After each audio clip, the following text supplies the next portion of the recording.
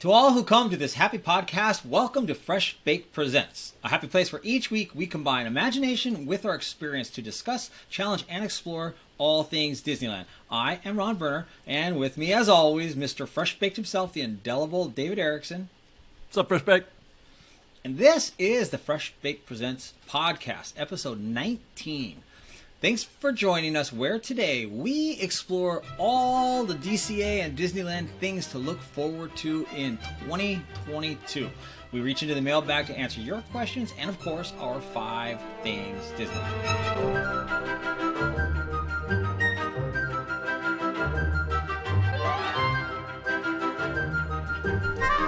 David, happy New Year! Hey, Ronnie, Happy New Year to you, sir. Thank you very, very much. It's hard to believe that a year has yet again passed so very quickly.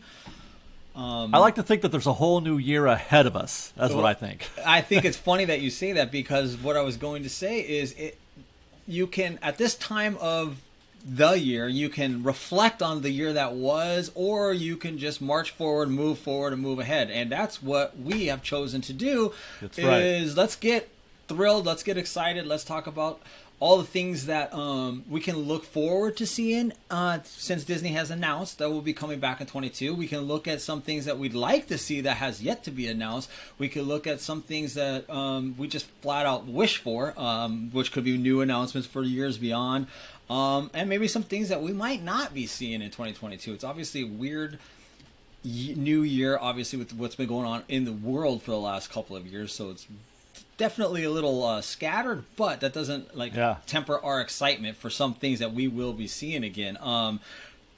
Based on announcements alone, what has you the most thrilled? And we will get into each of them. Well, I would first agree with your statement that it does feel scattered. I just normally when you start thinking about what's coming, you kind of know Disney has always had a history of telling us well in advance what's coming to the parks. They don't, some parks like Universal, they'll build the thing and then say, oh, by the way, this is Velocicoaster. But Disney has they tend to tell us things well in advance, and we haven't heard anything, really in terms of, except for a little sneak about Disneyland Forward and the Downtown Disney stuff. So I would say, actually, that the Downtown Disney thing is perhaps the thing I'm most excited for this year. I don't know if you've seen the concept art and kind of the direction that they're going. That's going to start. That's starting soon. That's starting actually now. They're already starting to make plans for that, for what they're doing with Downtown Disney. It's just the back third or so of the whole property. Earl of Sandwich. Matter of fact, I think that's coming up later. Now that I think about it, we'll be talking about that later. But that's the thing that's got me most excited right now, because it's going to tell us, I think, hopefully, give us a hint at what they might be doing for other parts of the park. I definitely agree with you that it will be giving us a hint as to what's to come or what their big plans are, because when they close down, when you add the Rainforest Cafe, you add the ESPN Zone, you add Earl of Sandwich going away, like all of these things, it's a lot of real estate over there. So whatever they plan on doing, it feels like there's something bigger to it that we. It's not a small project. What do we not yet know? I don't know. What is, recap us, and especially me, because I don't really know what the Disneyland Downtown Disney actually plan is, or map. Well, we don't. All we have is concept art, really, which is what I haven't. It's sort of a mid-century. Like, I don't know. I feel like it's, like Palm Springs, right. The kind of vibe that they're going for. Not modern Palm Springs, but the mid. I forget the term. It's mid-century modern, I think. 60s and 70s style architecture. With the sloped, roof lines and whatever. That's what the concept art is telling us. They haven't said anything other than that. I love this. They just give you a piece of concept art and let you figure it out. I love that too. Creative people love anything. It. Right, exactly. I don't know how I missed it. I had heard about it. I definitely knew about it and heard about it with the closures announced, because I love Earl of Sandwich. for whatever reason. Get ready to stop loving it. It's going away. Oh no, I know. That's what I'm saying. Is I've heard that those things were happening, but as life takes you on all these different paths, I didn't ever really hear what was being announced that was going to come there or see the concept art. Well, I don't know how I missed it, but I did. I don't know. Did so that's just some of the Downtown Disney stuff. I did see the openings of I can't even remember the name of them now. There were a few shops that opened in Downtown Disney that are completely new. A hat shop, I think it was. Yeah, Pele, a soccer shop. A soccer shop Disney as well. I saw. I didn't know that was a huge thing. People are like, "Hey, where's my soccer gear? Who's this crowd?" I don't know. I didn't know soccer was that big that we needed a whole Pele shop at Downtown Disney. And there's another. You know what? I don't follow the Downtown Disney news otherwise. I just know that they put that in. I think the old Void location. Yeah, and I think I there's something else that opened up that I cannot think of for the time. It was an artsy hat. Left me. Artsy. It's also a one word. I can't remember the name of it. I didn't think we were going to be talking about Downtown Disney. I know, right? Me neither. Well, except for the thing later, but yeah. But I don't know. I saw what it was. It was big and spacious with lots of art, very artsy things, hats and things of that nature. I don't remember what it was entirely. Because like you, I just I like walking to my car and back through Downtown Disney. I enjoyed taking it in. But I don't do much there, but pass through. You remember when that's all there was, Ron? Yeah. It was just Downtown Disney. I do. And that was, man, times have changed. I know, right? So some of the announcements that Disney themselves have given us for, what we can expect to see returning in 2022. One of the main things is the Main Street Electrical Parade. Yep. For the 50th anniversary of it, which this thing won't go away, and I'm very thrilled about that because I do absolutely love it. And of course, Disneyland After Dark themed nights are returning. So Sweethearts Night is one, Villains Night, and Star Wars Night. Those are they. Those are they. And have you attended? Which one of those do you like the best? I know you've been to at least two of those. I've never been to any of those. I thought you went to Villains Night. I don't even. I didn't go to 80s night. I didn't go to any of those nights because I always felt the only one I ever went to was Halloween. But I always felt like I already paid my annual pass, and now you want me to pay another 120 or whatever it is for 4 hours, and it was a conscientious objector, as it were. I don't know if anybody knows where that phrase came from, but I was a conscientious objector. But I'm going to do all three this year. But I guess the thing I'm looking forward to most this year might be the Villains Night, just because it's a change in. It's kind of you flip the script a little bit and you make it about the villains. I mean, Star Wars Night is great. I love Star Wars, but I kind of already know what I'm going to get with that, and I don't know. For whatever reason, I don't feel like they can do Star Wars justice in the Star Wars Night, but they might be able to do villains justice. Yeah, I agree. I actually don't attend any of these either. It's kind of I think of them as just adults' night. Like if you have a young son, I'm not going to stuff in the middle of the night till late at night. Historically, traditionally, and also the fact that he just wouldn't appreciate it any more than he would any other area of either one of the parks. Right. I think of these things as, one's called Sweethearts Night, but I think of it as a bunch of friends or just a couple going to these type of events, making a night out of it, even whatever's going on through the course of the day, and then you get dressed up and you go to these things. I just haven't done them. And I do know that another thing returning is Grad Night, and I have done those accidentally, but I tend to steer clear of DCA on Grad Nights because it can. Yeah, I was going to say Disney's done a pretty good job of steering them clear of at least Disneyland. They moved that party over to DCA because it used to be at Disneyland, and I remember regretting going to the parks on those nights, on Grad Nights. It can be overwhelming. It was bedlam. It really is, and especially when there's just like the groups and everybody's in the same color shirts and all these things, and you get caught in the swarm. I think it's great news that the things are coming back and they're trying to like build excitement and hype, and much of it is not their fault. Of course, it's been a very crazy last couple of years, as we all know, and we're not out of it yet. Nope. So things like character meet and greets or dining, character dining, those kind of elements. I don't know how many of those are, or how much of those are not yet returned. Well, character meet and greets may never come back the way we knew them. At least that's the feeling I get. Because they could do them right now if they wanted to.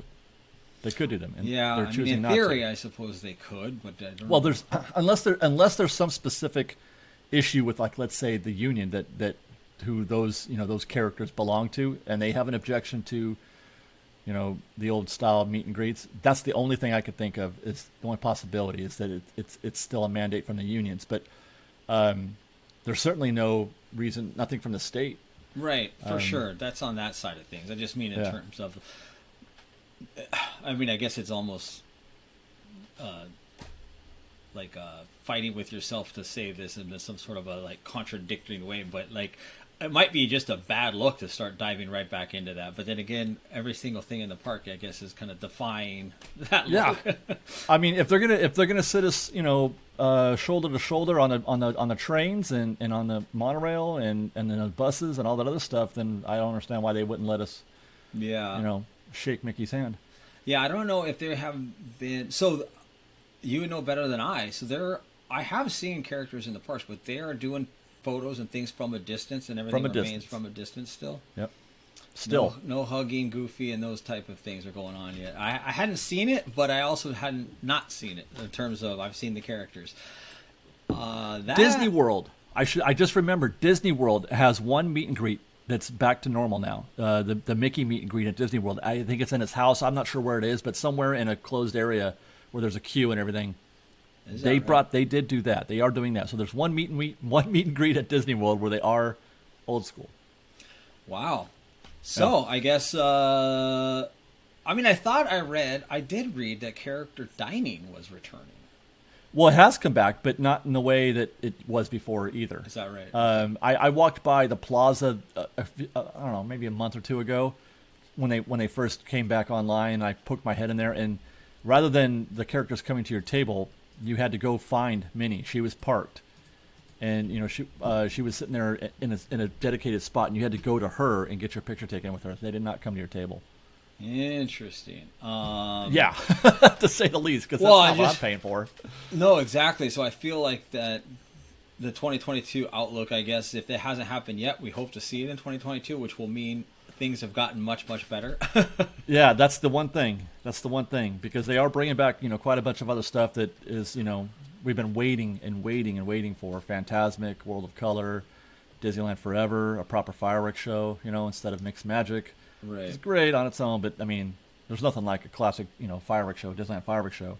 Right, and you touched on all four of the big, like, I guess, announcement things, the big iconic things that are new but old and returning, which are. Yeah. Well, it kind of feels like it does feel like it's a new thing. It does feel like it. It does feel like it's a new thing, and in addition to that, I was going to offer, because we're going to get into some other things we haven't touched on yet, but I think World of Color will be different. I'm certain of it. If they haven't said it, they haven't told us, but it feels like there's got to be something that's not like it was. You're not the first person I've heard say that, and I've heard people who looked at even the concept art. They did a concept art, I think, for World of Color, and the guy's like, "What's that thing?" Because that thing wasn't there before. I don't know what it was. I can't remember. It was a very vague little, but there was a little smudge in the concept art, and he says that looks like a thing, and it wasn't there before, and I wonder what that's going to be.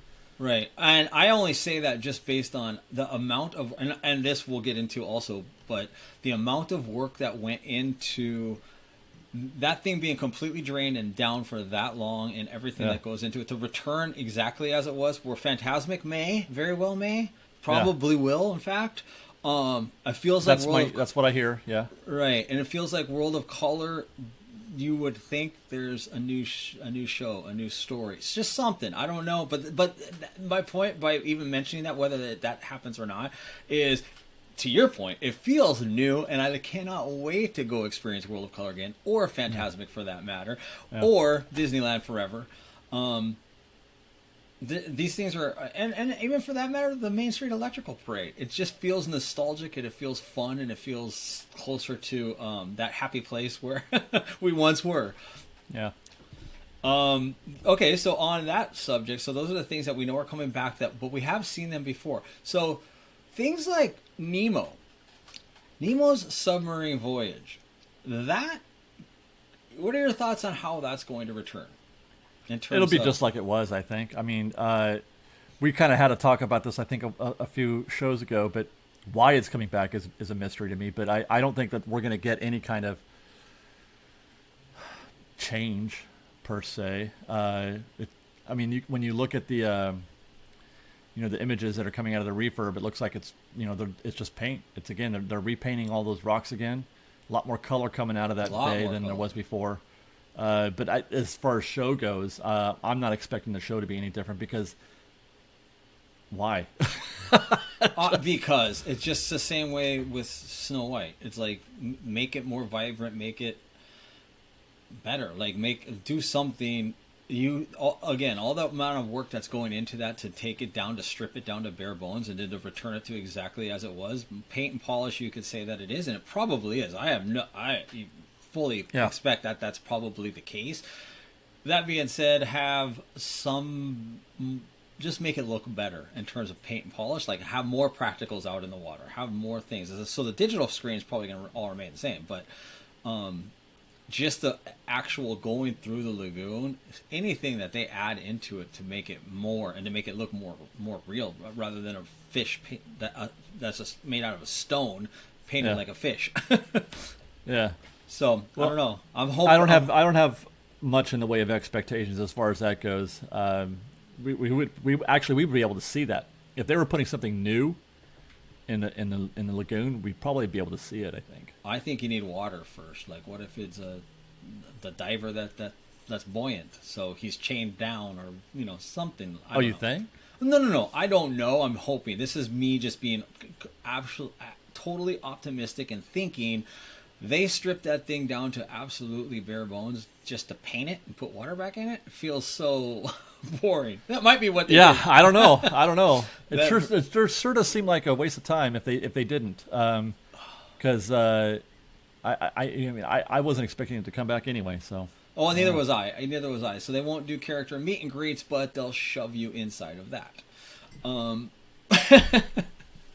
what I'm saying. There's got to be some sort of unknown quantity in that relationship between the characters and the guest or something. There's an unknown that we aren't aware of that's keeping them from restoring meet and greets. And I the only thing I can think of is the unions. Maybe I almost think it's more of an executive. You very well could be right. It just seems like something like they're just like, yeah, we're not going to do it. This is just easier. For whatever way it helps their business to not do it in terms of staffing, maybe. I don't know, but you're probably right. I mean, that would make way more sense to justify the means. Other things, David. The Fantasyland Theater is going to reopen, and it is going to reopen, to the best of my knowledge anyway. There's no signs of Mickey's Magical Map ever returning. No, it's dead. And it might be. I don't know. I've not really heard that confirmed, but you probably have.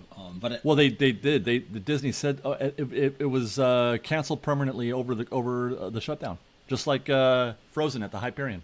Right. That's the next thing I was going to get to after this, after the Fantasyland Theater. So we do have two new things coming in. The Gospel Festival is one, and the Tale of the Lion King show, which at one point they had at the DCA.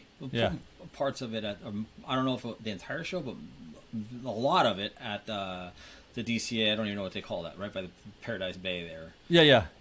That stage. Any thoughts on either of these two shows returning, or the Fantasyland Theater? How different that may or may not look. Well, they've taken the Magical Map riser out. The thing where the guys performed on it. You can see that they've taken that out. So it's just going to be a flat stage show. Unless they bring something new in. I don't know anything about Celebrate Gospel, to be honest. I don't know much about the show other than I feel like I thought I remember hearing the terms they're bringing it back, but I don't remember that ever appearing at Disneyland before. But I could be wrong. I did see the Tale of the Lion King at DCA. I thought it was a very good show. The first iteration, it was complex. A lot of it was a good production. Right. But they took out half the characters about halfway through. They took out half the performers, and they these little extras that were playing. Actors would play all the parts, including scenery, which was interesting, if I recall. And they took out a lot of those extra actors about halfway through the run, and it wasn't the same. And from what I'm hearing, we're not getting the A show. We may not even get the B show. So, and that being the half the characters. So I'm a little pessimistic at the moment about how good that Tale of the Lion King show might be. Yeah, that's not. I didn't know that. I saw that. I mean, I saw the concept art. Not even the concept art. I saw the photography of each of those. And I don't know anything about the gospel thing as well. The Lion King show, I do remember seeing that over at DCA as well. And I did think, I guess in my mind, it was like for the Fantasyland Theater, they would have to go. That's interesting to hear you say that, because I would think they would have to go much bigger, because Mickey and the Magical Map sounds like it would be better in that space than that Lion King show as it was over at DCA. So I assumed that they would be like expanding it and making it. That's what you think, and I thought that as well. But then again, we've also got a lot of recent history of Disney doing less than before, even though more is required. They're actually doing less. So, and let's just hope that that's all the times. Right? Yeah. It's just all what's going on now. It's like the slow roll. Okay, we brought it back. Okay, now we can expand. But that doesn't make sense either, because then the cost, they're not going to create choreography. They're not going to do 2 shows and then add a whole new show into the show, because it is 2 separate shows. That doesn't sound like a thing. No, it's not. It's not from, based on what I've known or observed over the years. Yeah, that's trouble. So let's talk about some other things that refurbishments, but coming back. Tarzan's Treehouse, 2022 will be reopening 100% as it was. Yeah, I don't know when. They still haven't. This is a lot longer than I thought it was going to be. The Tarzan refurb is going on a lot longer than I thought it would. But that could be because what they're doing is quite extensive. I haven't heard anything new recently, but the thing that I did hear a while back was that they were replacing all of the natural wood features.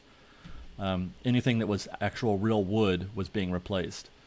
So I don't know how extensive that job is, or if there's more to this than just replacing the wood. I don't think we're getting a new show. I don't think it's, I haven't heard anything in terms of them changing anything. Wishful thinking would be Swiss Family, but we know that's not happening. I don't think they're going to do much there either. I wouldn't think, because I don't know what they really could do. I don't know. I figured there's creative ways for them to do anything, I suppose. But that is an interesting fact that you said, or not fact maybe, but rumor about them replacing all the wood. Because on one hand, you could say that makes sense because it's going to last longer. But on the other hand, it's like, wow, that's a lot of wood on that thing. If you're replacing wood, or you're replacing the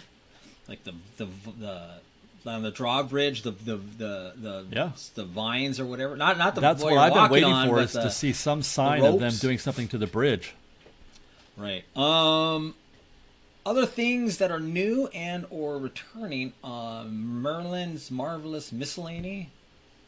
I know nothing. All we got is a sign, Ron. All we got is a sign and paint. It's so strange. It is so strange because, again, this is the kind of thing they would.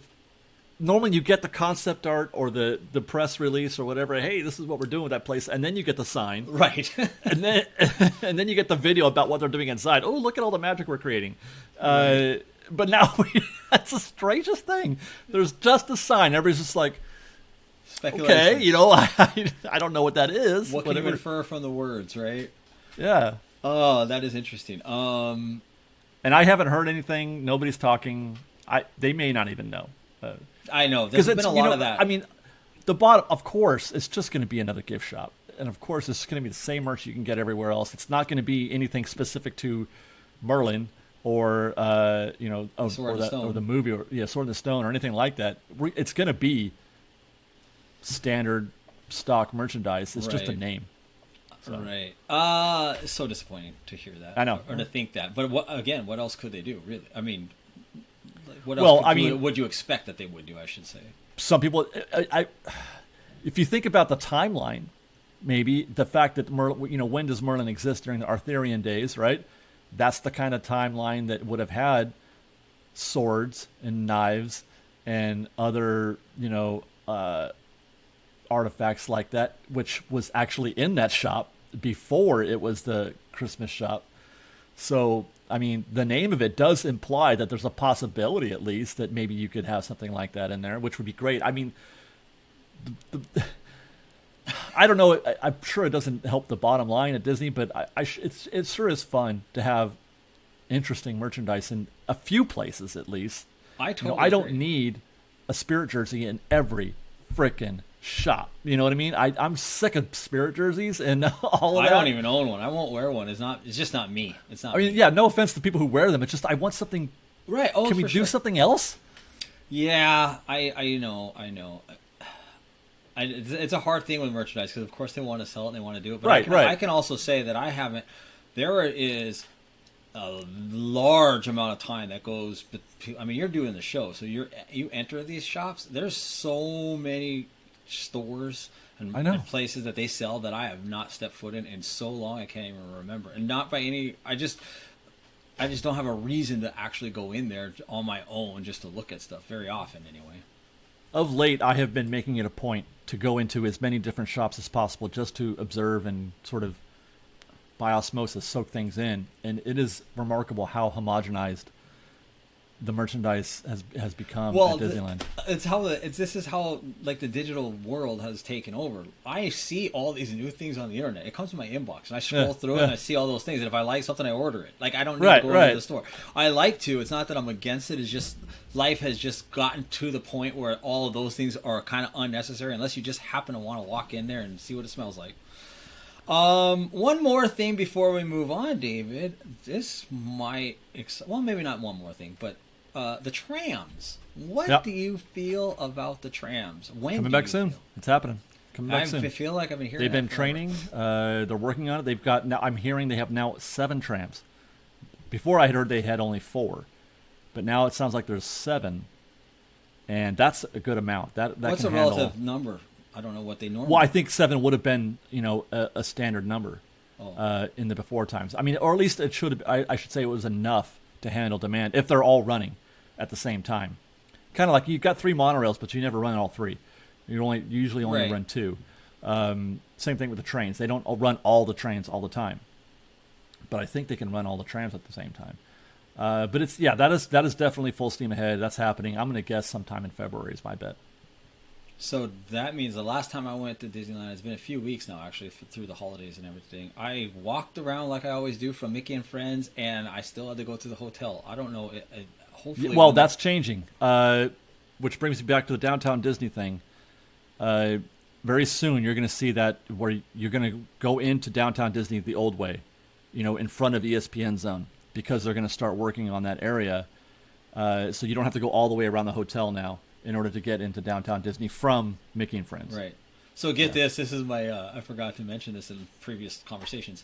So we stayed on the path, and they walk you all the way around. You know the path that they had built when, of course, everybody cuts through the parking lot. Well, they put signs and cones up that says "Do not cross the parking lot." That for cast members only. So, being a good dad, and Champ was with me, I go, let's follow the rules here because we always cut across. Why would we not? And we did. We followed it. We went all the way around, and then it comes back out and it spits you out. And then because you still have to do like a U to go back into by the ESPN Zone, that path we're talking about. That was closed for pass members. So then we had to walk all the way back to the end of the parking lot to walk around. That's what I'm saying. And I'm like, that's ridiculous that they closed off cutting across the parking lot when that's not open. If it's open, I get it. Yeah, because I have not been able to wrap my head around why they did that. Why I kind of get it originally because when everything was closed, when the downtown the Downtown Disney parking lot was closed to, average guests, I get that in a way. And the Mickey and Friends parking structure wasn't open. Pixar Pals wasn't open. I get all that. Why have that open if those areas aren't open? Make that cast member only. But Mickey and Friends is open now. Pixar Pals is open. They built a bridge for you to walk on, and then they're going to ship you all the way around. Like, and there's no need for it. There's no reason. I would be perfectly okay if they just had signage telling me. You know what I mean? Like, just to walk you around the wrong direction, to have signage take you into a corner cul-de-sac where you're forced to turn around and backtrack. It feels like you're going the wrong way. It feels does. like you're. It's so you go around those trees and the other side of the hotel, and you're like, this can't be right. This can't be right. So that feels wrong. Going, if that is even open, it already feels wrong. Right? Imagine you're right. They even have barricades up sometimes, and you're like, I feel like I'm not supposed to go, but everybody else is going, so I'm going to go this way. Exactly. So one last thing before we move on, David, is unless you have something, by the way, but what was I going to say? Oh, Toontown. So we will be losing something in 2022. We're losing Toontown, yes. Basically the duration. I don't know if dates have been announced on that, but early 2022. Spring, I think it's going to close in spring. Oh, so we will have it for a lot longer than I thought. Yeah. Yeah, 2022. What else? What have we missed on? I know there's the Magic same old Bands. stuff. Magic Bands are coming this year. Magic Bands. That's you probably. I've never used one before, so I have no idea how. People tell me they're amazing. I've never been to Disney World, so I've never used one. Right, but I made a comment about this in a previous episode on the show when I was doing recon for Lightning Lane and all that stuff. And the one thing that I forget about how useful it can be is getting into a queue, getting into a Lightning Lane queue. Because today, one of the reasons why those queues get backed up is because people are fishing out their phones and trying to find their barcode to scan it. It's not always up in front, but with the band, that's it. I mean, I don't know. I've heard people gripe about them in the past, and they don't want Disneyland to have them. But in my head, from the digital marketing world that I live in, I don't know what the downside would be. So just like I tap my credit card, I don't have to reach in my wallet to tap. I just tap that thing to do everything I'm doing. The only thing you don't have to. Privacy concerns. There's privacy concerns, which is a whole other world. But Disney. But you don't have to sync. You don't have to sync the band to your card. You don't have to. It's not required. Right. You can still pay with your card if you want. I meant GPS tracking wise, but you're right. Well, they're already tracking your phone, right? So right. Well, yeah, exactly. But that's just it. Is RFID is ringing. There's a tower waiting for you to walk by, and then it messages to that to say location. But we opt into all of these things, so we're good. It's so strange that not only do we opt in, we pay for it, Ron. We're buying those Magic Bands. Yep, we are. So that's a good call on the Magic Bands. So what's the time frame on that? I haven't heard anything. I don't know. I haven't heard, but they just said that next year, or this year now. Right. I don't have an expectation, but I don't think it's going to be long. To be honest, I don't think it's going to be long because it's the kind of thing that once you go down this Lightning Lane path and everything else, they go together. Yeah, they do. I mean, it makes sense to me in my head. I don't know. I feel like there's something that I'm missing because it feels like, why would we not want that? But there very well could be something. Well, the people who love Magic Bands would. They would say, well, you do love it. You do want it. Right. There isn't a downside. But obviously, like you mentioned, there are reasons why people are against it.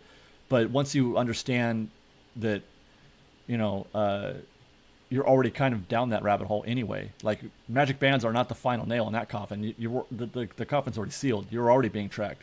Yeah, so they already know everything about you. Google is listening to you right now. I'm going to, I could search something on Google. This happened to be the other day. It happens every day. We were having a conversation or something, and there it is on my Google. And I'm like, okay, guys, I'm out. 100%. We do that as experiments at work constantly. It's crazy. It is crazy. It's targeted marketing. All of these things. Minority Report. You ever seen Minority Report? Of course, I love Minority Report. For those of you who aren't sci-fi fans, or who are, then you'll know what I'm talking about. Minority Report. That's a reality, man. Yeah, not only that, if there's a camera on a device, it is recording. Yep. Anything else? That I don't know. There's so many things that are coming that we hope to come. That we wish were coming. No, that's all I got. Characters in Avengers and Star Wars Galaxy's Edge. We hope that these things happen. New characters, I should say. I'm holding out hope that Galaxy's Edge we see some people that we have yet to see. I believe for certain that that's going to happen this year, and that may question of when. Just a question of when. That very well could just be things from, of course, Disney Plus, because they are very, very married to that kind of cross promotional world, which I'm not against. So anyway, I guess we will touch base on this again as things start to slowly unfold. More announcements are certain to come, and we'll talk about the things that we do experience in the new year. Yep. So that takes us to this week in Disney history. All right. Let's see. So this week, the Mickey Mouse film Donald opens in theaters, and ever since his first cartoon, Mickey had his sweetheart by his side. But on this day in 1937, it was time for Donald to finally have one too. In this south of the border adventure, Donald the Troubadour was immediately vying for her affection and will go to any lengths, including trading his burro in for a car to please the tempestuous Donna. In her debut, Donna portrays a lovely senorita with a voice not unlike Donald's and a temper to match. Even by the film's end, it was evident Donald would have his work cut out for him in the years to come if he were to ever win her heart. Donna, of course, would be known as Daisy 3 years later in 1940. That was her debut. Do you recall Donna Duck? No, this is news to me. Yeah, it's kind of funny because after I read it and hear it in my mind, I want to say, yeah, I think I've heard of a Donna Duck. But No. But I don't know that I have. I just feel like that's a seed that just got planted, and now I'm like accepting. Like I must have heard of that at some point, but I did not know that. Donald, and I did watch it, and it was just like all the 30s shorts. It was great. The mine train through nature's Wonderland closes this week in 1977. It opened in 1960 and was formerly Rainbow Caverns Mine Train from 1956 to 1959. Guests rode a train through a new wilderness area populated by 204 lifelike bears, beavers, and other critters. Then continued through the area of the former attraction, the Painted Desert and Rainbow Caverns, where the coolness of colored waterfalls and pools were a refreshing respite on a hot day. The fun part of this, when Walt was planning this attraction, he was not satisfied with his designer's creations, so he took drawing materials home and drew up the entire ride himself. Today, this drawing is one of the treasures of the Walt Disney Archives, and the attraction was removed for construction for Big Thunder Mountain Railroad. I hear so many great things about that ride and don't know anything about it. Yeah, that. When you ask me, what are the things that you wish you could go back in time and do, that is top of the list for me. I would love to have been able to I think I would have loved that attraction. I agree. I totally agree. I just loved even the remnants that we see from the Twain now. Wasn't that the ride? Oh yeah, the track. The track with the boulder on it. Well, the boulder was done after in order to show why they don't run a train through there Which anymore. Which is great. I love that piece. Yeah, but touch. Actually, it's there used to be. I don't know. Did they put it back yet? Because there was an old beat up train or car on that track still, but they took it off, and the Disneyland Walt's Barn, those folks restored it. It was a hand car, right? Yeah, hand car. Yeah, no. Oh God, I can't remember. No, I think it was a mine train, a mine. Like one of those Indiana Jones type mine cars, if I recall. But anyway, they restored it, but I'm not sure if they put it back on the track. But whenever I ride the Mark Twain, that's in my mind. I'm always trying to imagine the train going around, coming through the one tunnel, and then exiting, the tunnel where the fish are in the lake and all that stuff. Yeah, I would have loved that. It would have been something to get you over there besides looking around and experiencing it that way. A lot more traffic, and I do love that touch of the boulder to destroy it. I just think that's such a great artistic touch and fun, and it's story, right? They're adding to the story. The Disney Crand. I like to combine words sometimes. Disney's Grand Californian opens this week in 2001. It's the first Disney resort to be located inside a theme park. Did you know that? Well, it's not inside. Well, I guess it is California Adventure. I guess. Yeah. That's the very first one. There's 712 standard rooms, 34 artisan suites, 2 vice presidential, and 2 presidential suites. I don't know. Wow. Have you stayed there? Twice. Wow! Look at you. I know. But I mean, I barely nothing. stepped foot in there. Yeah, it's nice. It's really kind of fun. We had one time we had a view of the Fun Wheel and Goofy Sky School and all that. It was pretty cool. Yeah, that is pretty cool. Bucket list. I don't know. It's one of those things. It's so easy for me to go do, but why? It's kind of why when you live here. The Carnation Ice Cream Parlor closes this week. A mainstay on Main Street since opening day. In 1997, it became Carnation Cafe. And Carnation is one of the few opening day participants remaining in the park. Yeah. The Flight to the Moon attraction closes, running from 1967 to January 5th, 1975. It followed Rocket to the Moon, but of course, after man set foot on the moon, the attraction was a bit passé. So naturally, it became Mission to Mars. Mission to Mars. Yeah. 2 months later, and it closed in 92. The Rocket Jets. Have you been on the Rocket Jets? I might have, but I don't remember. But that's another experience that I sure wish I could have had that I can remember having. I don't remember either, and I jumped ahead because Flight of the Moon is what I wanted to ask you if you had been on, but since it closed in 75, the answer would be no. But it closed, the Mission to Mars closed in 92. Had you been on that? I have a vague memory, but again, I couldn't say for sure. But I kind of remember being in a dark room and doing a thing, and I don't know. I do remember Mission to Mars. I was definitely on that. The Rocket Jets is the next thing that happened this week in Disney history. It closed in 97 and was replaced by the Astro Orbiter. And it opened in 67 following the Astro Jets, or Tomorrowland Jets, as they were called. It offered a great view of the park since guests could adjust the height of their jets as they circled the towering rocket. So that was what I wanted to ask you as well, if you had been on. I haven't been on that. I haven't remember doing that either. Yeah, again, I feel like I have because I was there during that period constantly, and I honestly don't really have like a vivid, lucid memory of it. The Disneyana shop opened January 9th, 1976 on Main Street. This I did not know. For the first few years, the shop sold old Disneyana merchandise, but it became too difficult to find this rare material to stock the shop, and it was feared that the extensive Disney purchases were creating their own artificial market prices for the material. Eventually, the shop turned instead to limited editions and current collectible merchandise. Yeah. I guess I don't know what Disneyana is then. What is a Disneyana merchandise? Well, Disneyana, but I don't know what the actual definition is, but it would be like memorabilia, kind of collectible, but memorabilia that is not just typical merchandise. What's funny is when I read that and was putting this together, I'm like, what is... So that makes sense what you're saying. I'm thinking of like those, those stones, like those sometimes they're green, sometimes they're like turquoise, like that you see them in like Native American jewelry and things of that nature.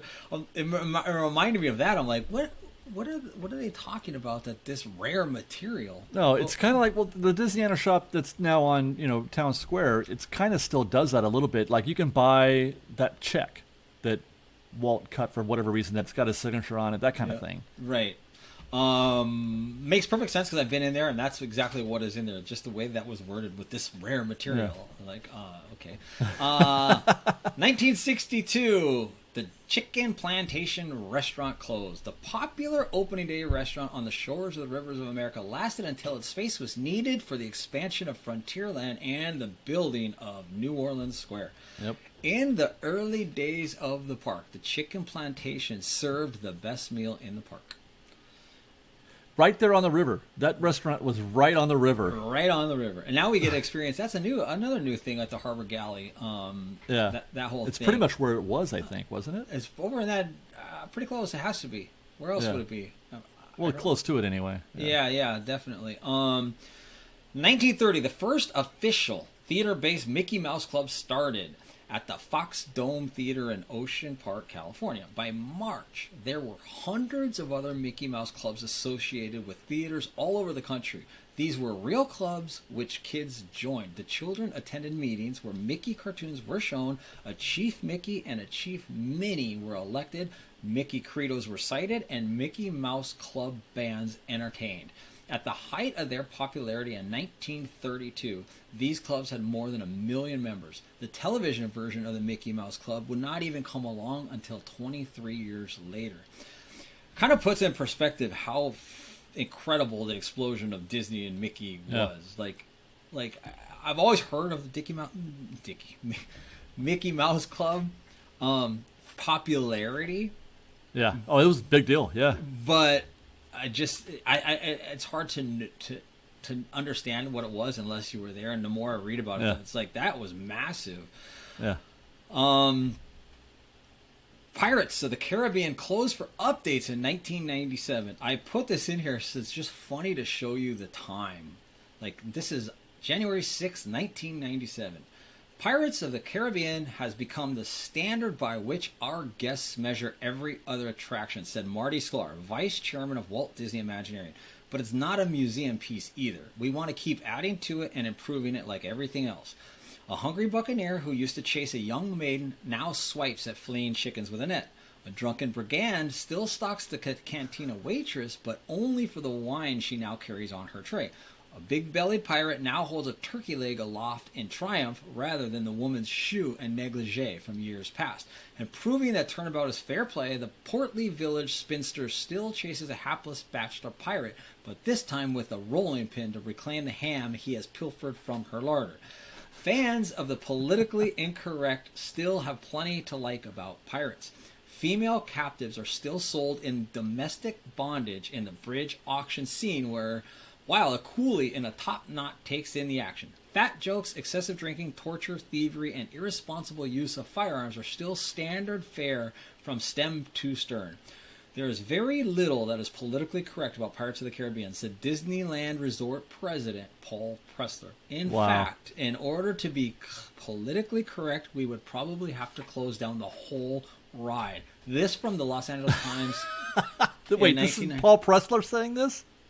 Paul Pressler said, yeah, that's what the president said, that we'd have to close down the whole ride. And the only reason I put it in here is when I first saw the headline, Pirates of the Caribbean closes for updates, I was like, for updates. For one thing, I can't believe it's been that long already, because I remember when those changes happened. That was 97. Sure, man, that was a long time ago. It didn't seem like it was that long ago. But all the times with the politically correct things and all the changes that are taking place now, it's like, obviously they change it. They did the auction scene. They keep on making the correct changes where they need to. It's just funny how the conversation, this was literally the Los Angeles Times in 97. Now imagine having said some of those things today, right?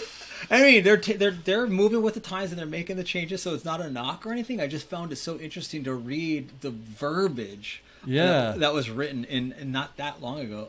But changes are happening. Have any of the changes on the attraction changed your experience, good, bad, or indifferent, in any way whatsoever? It feels like it's the way it's supposed to be. It feels like that's the way it's always been. Yeah, exactly. But I definitely am aware. I can remember being aware of the changes in the tone, even going back then. About I was aware of what was happening, but it doesn't bother me. It didn't change the ride for me at all. What's funny when we were reading that, I was like, I would love to hear or read Disney's description of each scene, as from as it was originally built, in 65 or whatever, or I can't remember what year it was, but 67. Like, I want them to describe to me, Disney, that scene with all the pirates chasing all the women. And describe for me, Disney, what's happening in the scene with the redhead. I would like to hear what they're how they would describe that scene. I mean, it's one of those things where hindsight's 20/20. Like, at the time, saying it seemed like nothing, but then again, there's other areas of politically correct that Anyway, I still can't get over Oscar season in movies comes every year, and The Hidden Figures was a movie a few years ago about black women and their effect on the space program. It was the movie blew me away, but yet they had different bathrooms and things. And we're like, wait a second, this was like not much before I was born. Like this is crazy how recent some of these absurd things were actually going on. Can you imagine a world with separate bathrooms? I can't even fathom. I can't even fathom. It's so crazy to think of. It's just like frightening, almost like, whoa, not 100 years ago, man, we were a rough breed of species as it is. 100 years ago, we were incredibly crazy. Yeah. Last thing, in 1987, Star Tours opened. I mentioned this before, but with a 60-hour party. It was the first attraction based originally on a non-Disney licensed IP or intellectual property. Guests could hop aboard a Star Speeder 3000 for an exhilarating trip to Endor, even if that meant waiting in a line, get this, which stretched from Tomorrowland, down Main Street, and past the great moments with Mr. Lincoln.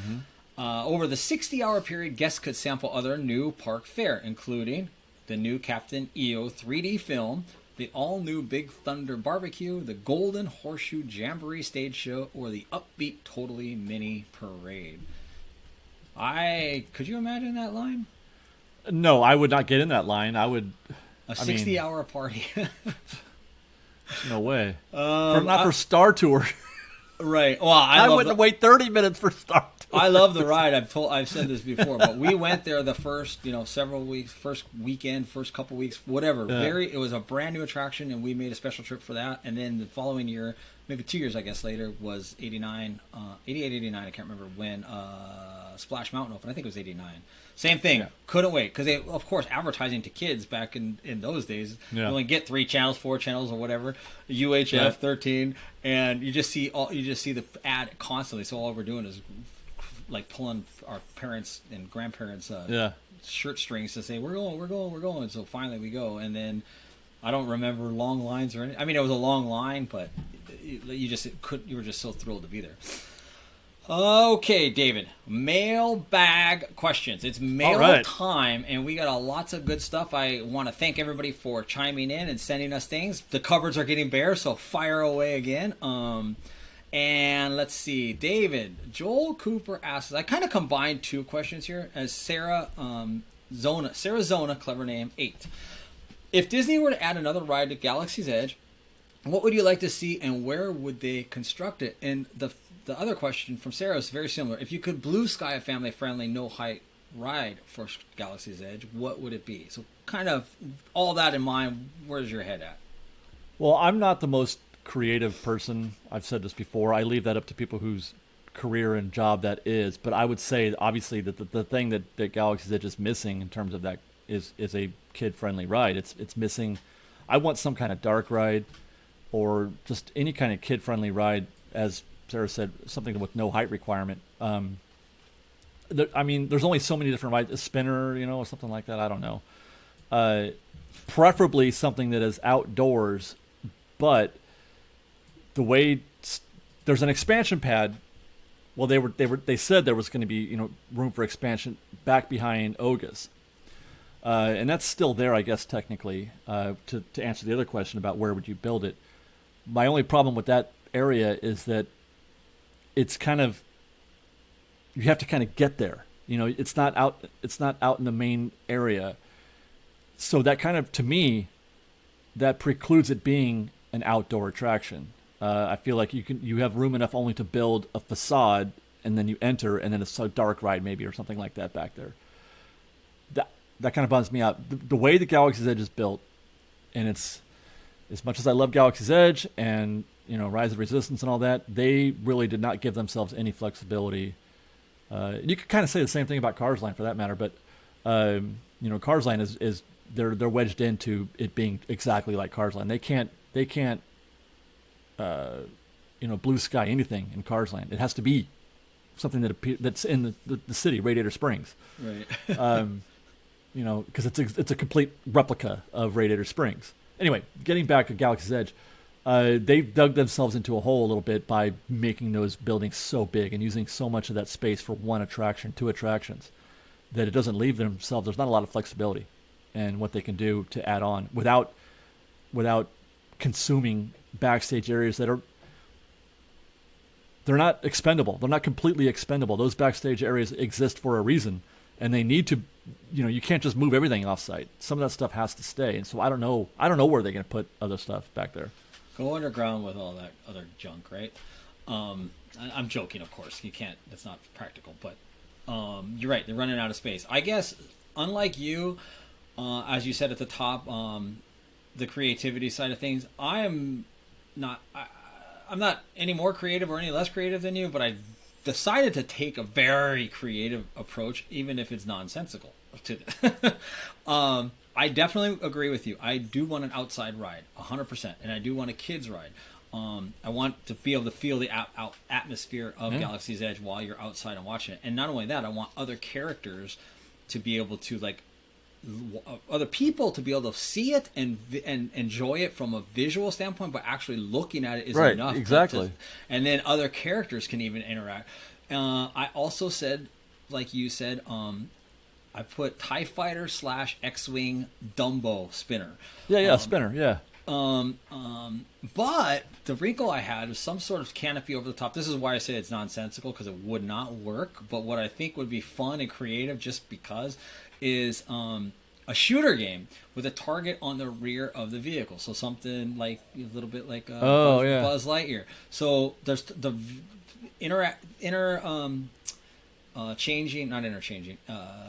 alternating TIE Fighter with X-Wing fighter, something along those lines. I know, don't get all timeliney on me, but those things. And then, so you're getting scored for kids, for anybody really, but you're getting scored on avoiding being shot because you're piloting this thing as well. So you're going to move shooting. The vehicle?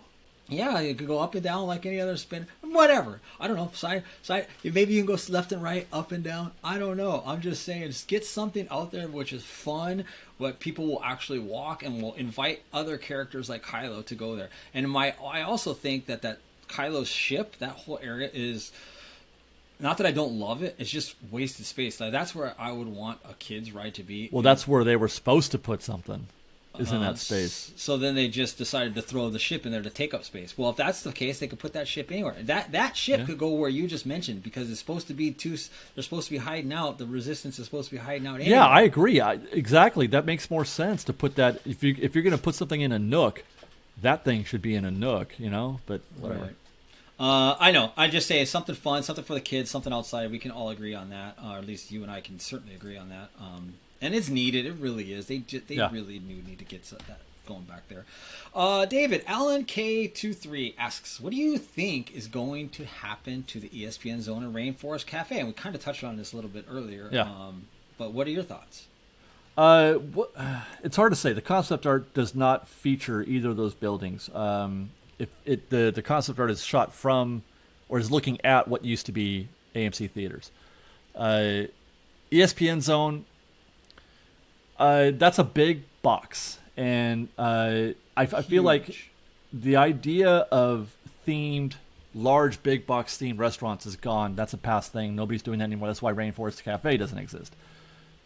I feel like the building could stay, and it'll probably just be mixed use dining and some small shops and things like that, multiple type experiences.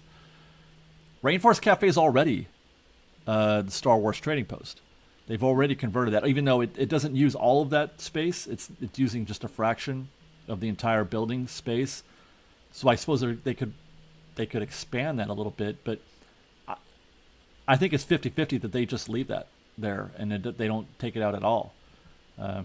What they would do instead, I don't know. Unless they want to go more towards that, the mid-century modern look on that building as well. But I suppose there's a chance they could demo it and put something else there. But I feel like the fact that the timeline that I'm hearing on this suggests to me that they're going to reskin it or leave it is more likely. I don't think we're going to see something big and new. The only thing that they're going to demo that I can tell from the concept art is the AMC Theater, because that's what we got the concept art on, because that's a different building than what's there now. And that Star Wars trading post is something that they have pitched and is expected to be permanent, right? Yeah, I think so. Yeah, so that was what I put. Is I thought that it was already determined and committed to be a resistance hideout or a base, because they had Rey's speeder and all those things. Well, you could take that stuff could come or go. That's not permanent. But they certainly they've put in enough effort into that location to make it feel like it's permanent. And it also feels like it's a much larger location than what it is. Like it just. They're using barely any of it. Right. Okay. Yeah. So I don't think that they want something else has to be happening, or adding to it. Like they're not gonna. You would rarely ever want to like not capitalize and maximize the use of space. It just doesn't make much sense. But of course, you don't have ideas to fill it. The Disney history is littered with them just having things go dormant. I mean, just look at Tomorrowland.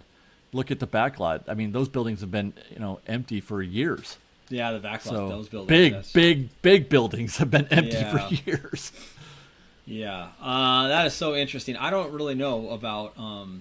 There's a lot of real estate. The ESPN Zone is a massive building. Yeah. I don't know what on earth they could put there, and it has to be.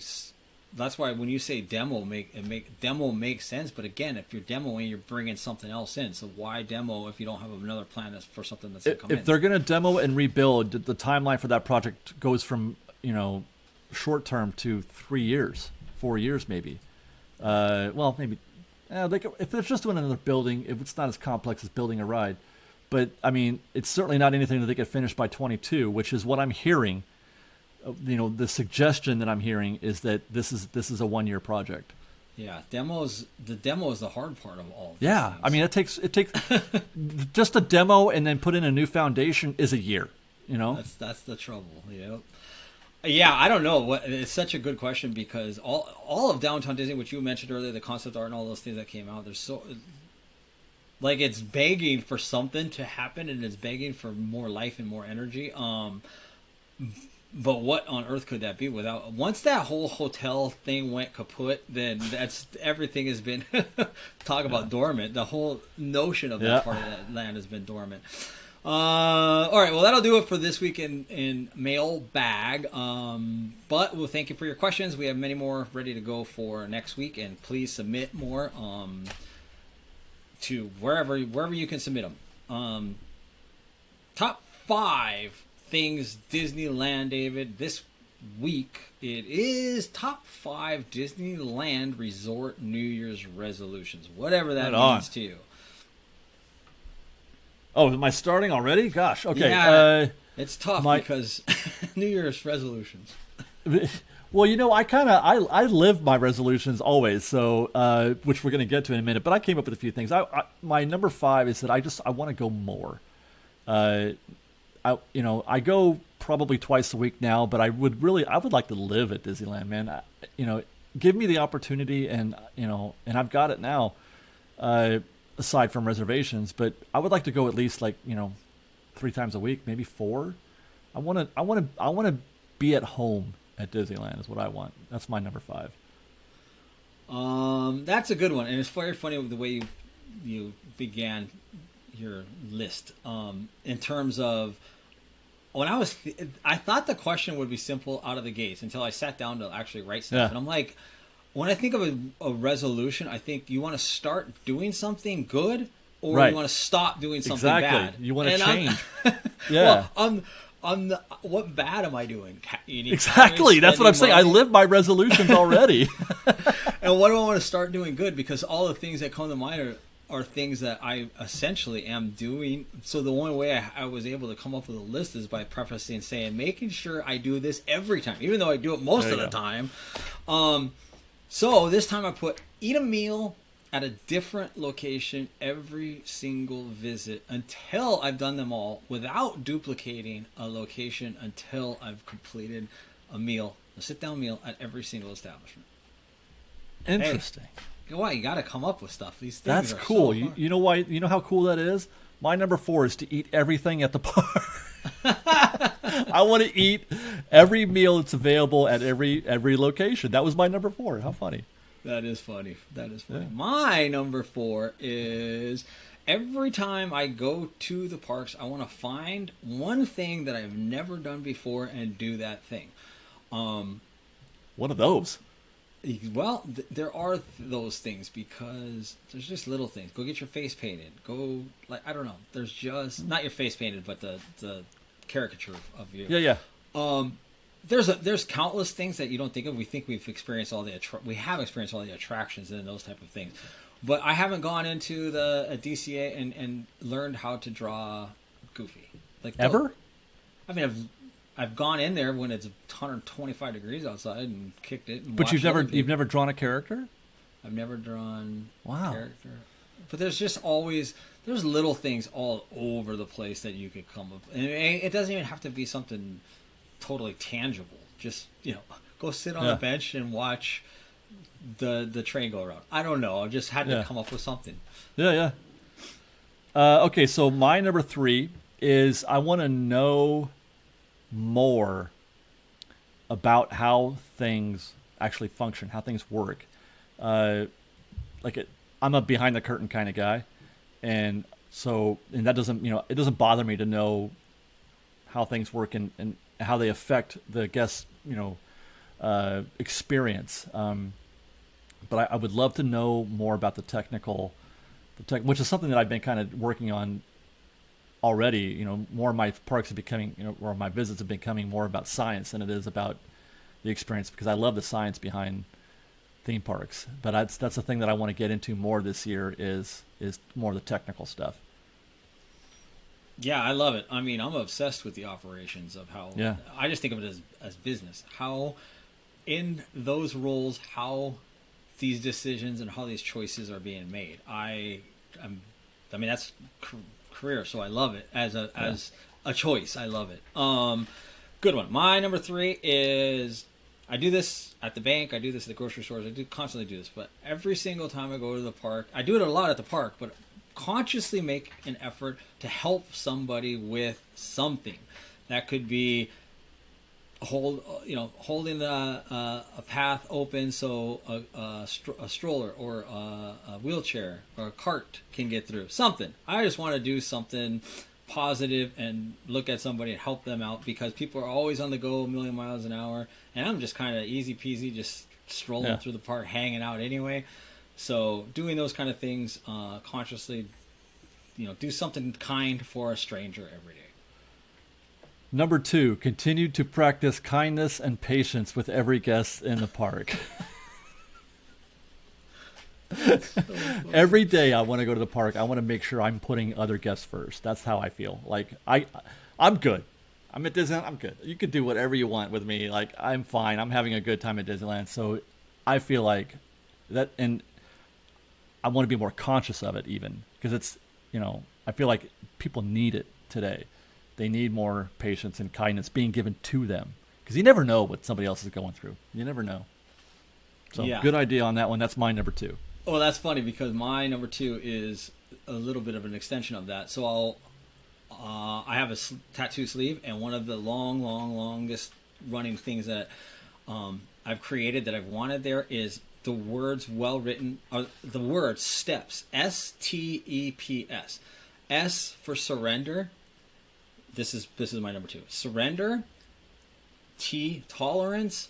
E, empathy. P, patience. S, smile. I want to go through life doing that as a father, as a husband, as a friend, as a son, and as a park patron. Just in general. These are things that I remember steps, and I always think to myself, and I always look at my arm, because things are frustrating. Being a dad can be frustrating. Having a dog can be frustrating. Being in the park, being in just life. Life gets you. But to exactly what you said, you don't know what other people are going through, and just take it all in, and just it's not that big of a nothing's that big of a deal. So let's not make it a big deal. No, it's really not. It's really not. That's funny. Yeah, that's the trick, though, is being conscious of it. So you're being aware of how you feel and changing how you feel and changing in that moment, deciding, I'm not going to be angry. I'm going to pivot, and I'm going to be nice. It's a choice. You're right. Yeah. Wait, are we on me now? Is it 1? Number 1. Yeah, number one for me is I want to hit international parks this year. I've got plans to go to Disney World, but I also want to try to incorporate, another trip or two, hopefully, to international parks. I'd love to go to Paris again, and then obviously, Hong Kong, Shanghai, etc. But I have not. I feel like I've been missing out on some of that international stuff. So that's top of my list is international parks. Yeah, that'd be fantastic. I just need to go to Disney World. And who knows what this year has in store. I'll go the second we get back to quote unquote normal in the world. Yeah, I would definitely need to go to Disney World alone. All those other parks would be amazing. My number one, I don't know why my top 5 turned out to be this whole therapy list. I guess now that I'm going through it, like it started out so innocuous. Well, I just want to eat everywhere. Yeah. Number one is try to make a cast member's day. Thank them and let them know. I can imagine how challenging their job must be and how much I appreciate them for it. That's, again, one of the things I constantly talking to cast members or just strangers in general in the line. And I always think an earnest, clean compliment of anything is always, don't keep it to yourself. It's always nice to say something nice about the shirt that people are wearing or the job that they're doing or whatever. So a conscious choice where sometimes I'm shy to talk to the cast members when I'm there, just besides saying hi, bye, or whatever. But just essentially thanking them. I do it a lot, but again, this is a conscious choice for trying to make a habit of constantly doing it. Absolutely. I agree with that. Cast members, we need to return the favor because they give so much to us. We should. They do, and return the favor. And it's always everything always goes back to pay it forward. Not that we have anything to pay forward, but pay it forward. That brings us to the end of the show, David. We went long. I went long. Clocks, errors, mistakes all over the board. But thank you for tuning in. Thank you for listening. Thank you for reviewing. Thank you for submitting questions and top 5s. David, anything you want to add to the discussion? Fresh baked. Fresh baked. See you next week. All right.